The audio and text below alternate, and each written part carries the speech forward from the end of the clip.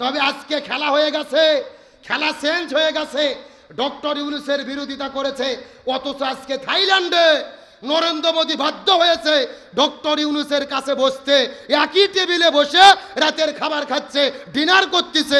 Asia মহাদেশের 7টা দেশ মিলে একটা সংগঠন আছে যার নাম হলো বিমস্টেক। ভারত, বাংলাদেশ, মায়ানমার, নেপাল, ভুটান, শ্রীলঙ্কা, থাইল্যান্ড, এই 7 দেশ মিলে একটা সংগঠন বিমস্টেক। এই সংগঠনের চেয়ারম্যান নির্বাচিত হয়েছে ডক্টর মোহাম্মদ ইউনূস। নরেন্দ্র মোদী হা করে চাই আছে মন খারাপ করে, আর চেয়ারম্যান হয়ে গেছে ডক্টর মোহাম্মদ ইউনূস। ইউনূস শুধু ইউরোপের না, ইউনূস শুধু আমেরিকার না, ইউনূস শুধু চাইনার না, ডক্টর ইউনূস হলো বিশ্ব লিডার। আমরা এতদিন তাকে চিনতেও পারিনি, তাকে সম্মানও করতে পারিনি। আজকে ডক্টর ইউনূসের বিরুদ্ধে ষড়যন্ত্র করে নরেন্দ্র মোদী হার মানতে বাধ্য হয়েছে। ডক্টর মোহাম্মদ ইউনূস বলেছিল আমরা দেশীয় খেলোয়াড় না, আমরা আন্তর্জাতিক খেলোয়াড়। খেলা কত প্রকার কি কি চীন আর থাইল্যান্ডে গিয়ে ডক্টর ইউনূস দেখে দিল। এইভাবে 5টা বছর যদি বাংলাদেশ চলে, 5 বছরের ভেতরে মালয়েশিয়া, সিঙ্গাপুরের মতো বাংলাদেশ হয়ে যাবে ইনশাআল্লাহ। এই জন্য আল্লাহ সুবহানাহু ওয়া তাআলা বলেছেন, ومن أعرض عن ذكري فإن له معيشة ضنكا ونحشره يوم القيامة أعمى। আরো জোরে বলেন আল্লাহু আকবার।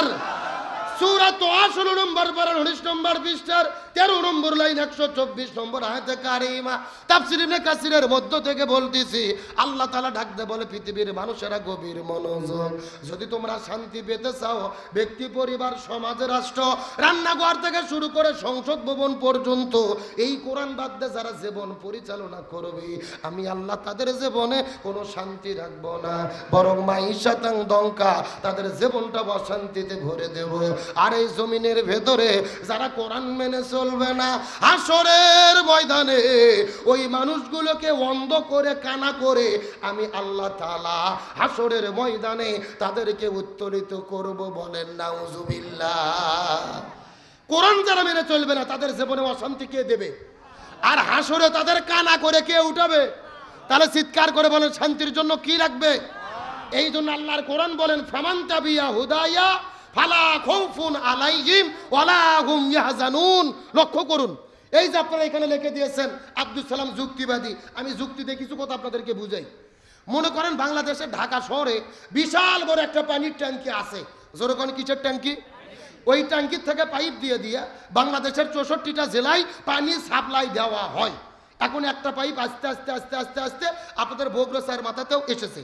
কিন্তু ঢাকা শহরে যে পানির ট্যাঙ্কি আছে, ওই ট্যাঙ্কির ভেতরে একটা মরা বিড়েল মরিয়ে পচে গন্ধ উঠে আছে। কথা বোঝা যায়? এখন পাইপ দিয়ে স্যার মাথার যে পানি বের হচ্ছে, বলেন তো এই পানি ভালো না গন্ধ? আরো জোরে বলেন। এখন গন্ধলা পানি বের হওয়ার পরে বগুড়া জেলার যত বড় বড় হুজুর আছে, ইমাম, মজ্জিন, খতিব, মুফতি, মুহাদ্দিস, ফকিহ, সব আলেমদেরকে ডেকে বলা হয়েছে, এই হুজুরের গোষ্ঠীরা, এই যে গন্ধলা পানি বের হচ্ছে তোমরা ফু দিয়ে দিয়ে পরিষ্কার করো। হবে? কতক্ষণ হবে? আচ্ছা, বগুড়া জেলার হুজুর তো দূরের কথা, কাবা শরীফের ইমামও যদি এসে পানি বিসমিল্লাহ করে ফু মারে, পানি পরিষ্কার হবে? হবে না। তাহলে বলেন তো পানি পরিষ্কার করতে গেলে কি পরিষ্কার করা লাগবে?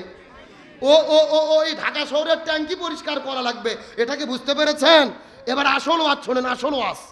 এই বাংলাদেশের শান্তি প্রতিষ্ঠার একটা ট্যাঙ্কি আছে যার নাম হলো সংসদ ভবন। আরো জোরে বলেন। আর ওই সংসদের ভেতর থেকে বাবার আইন, দাদার আইন, চাচার আইন, খালুর আইন, ফুপার আইন, কালমার্সের আইন, লেনিনের আইন, পুতিনের আইন, সক্রেটিসের আইন, প্লেটোর আইন, ধর্মনিরপেক্ষতাবাদ, জাতীয়তাবাদ, সোশ্যালিজম, ক্যাপিটালিজম, ভারতের আইন, ব্রিটিশের আইন, মানব রচিত তন্ত্র মন্ত্রকে জুতো এবং ঝাঁটাপিটা করে যতদিন পর্যন্ত কোরআন সংসদের মধ্যে ঢুকাইয়া কোরআন দিয়ে বাংলাদেশ পরিচালিত না হবে, ততদিন পর্যন্ত এই জমিনের ভেতরে শান্তি আসতে পারে না, পারে না, পারে না। সুতরাং বাংলাদেশের শান্তি কায়েমের জন্য এই কোরআন দিয়ে বাংলাদেশ চলুক, এটাকে আপনারা চান? কারা কারা চান? দুটি হাত আল্লাহকে তুলে দেখান।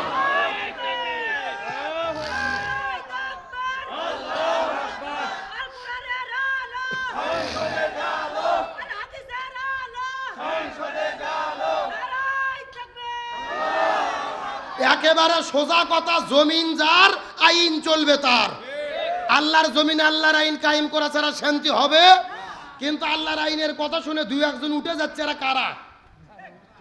না না না, লক্ষণ কিন্তু ভালো না। উঠে যাবার পরে যদি পেশাব করে জাগার মাল জাগাত ফেরত না আসে, তাহলে মনে করবেন ভেজাল আছে।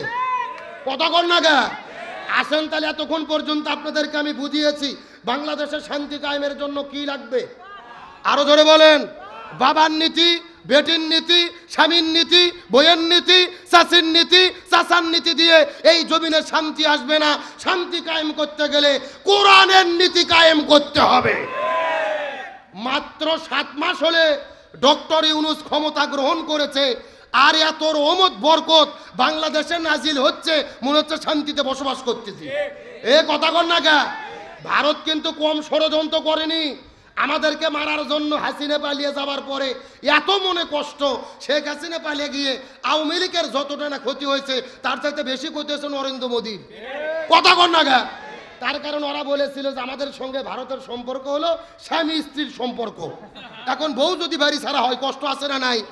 তবে আজকে খেলা হয়ে গেছে, খেলা চেঞ্জ হয়ে গেছে। ডক্টর ইউনূসের বিরোধিতা করেছে, অথচ আজকে থাইল্যান্ডে নরেন্দ্র মোদী বাধ্য হয়েছে ডক্টর ইউনূসের কাছে বসতে। একই টেবিলে বসে রাতের খাবার খাচ্ছে, ডিনার করতেছে। আল্লাহু আকবার কর। একটা খবর শোনার পর আশ্চর্য হবেন, আনন্দিত হবেন। এশিয়া মহাদেশের 7টা দেশ মিলে একটা সংগঠন আছে, যার নাম হলো বিমস্টেক। ভারত, বাংলাদেশ, মায়ানমার, নেপাল, ভুটান, শ্রীলঙ্কা, থাইল্যান্ড, এই 7 দেশ মিলে একটা সংগঠন বিমস্টেক। এই সংগঠনের চেয়ারম্যান নির্বাচিত হয়েছে ডক্টর মোহাম্মদ ইউনূস। আলহামদুলিল্লাহ বলবেন না? নরেন্দ্র মোদী হা করে চাই আছে মন খারাপ করে, আর চেয়ারম্যান হয়ে গেছে ডক্টর মোহাম্মদ ইউনূস। তার মানে এশিয়ার নেতা। আলহামদুলিল্লাহ কর। আমরা তো আগে জানতাম ডক্টর ইউনূস মানে হলো আমেরিকার দালাল, ইউরোপের দালাল। কিন্তু গত ঈদের আগে যখন চায়নাতে গেল ডক্টর মোহাম্মদ ইউনূস, যাওয়ার পরে দেখে আশ্চর্যজনক তথ্য, চীন দেশের হাইনান প্রদেশের তিনি একটা গভর্নরের উপদেষ্টা।